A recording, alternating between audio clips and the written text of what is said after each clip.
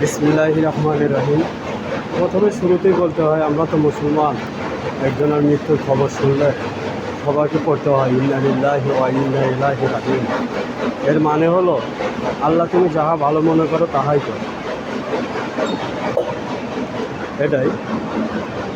অনেক অতি দুঃখের সহিত বলতেছি, আমাদের ইনকিলাব মঞ্চের মুখপাত্র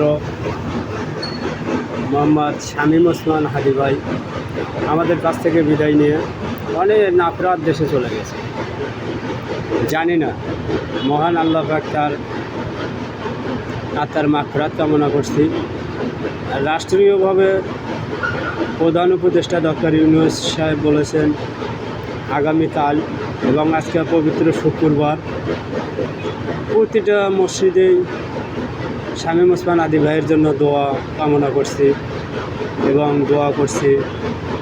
এবং প্রধান উপদেষ্টা ডক্টর ইউনূস সাহেব বলেছেন যে আগামীকাল রাষ্ট্রীয়ভাবে শোক পালন হবে, সমস্ত চাকরিজীবী পেশাজীবী সবার নীরবতা পালন করা হবে হাদি ভাইয়ের জন্য।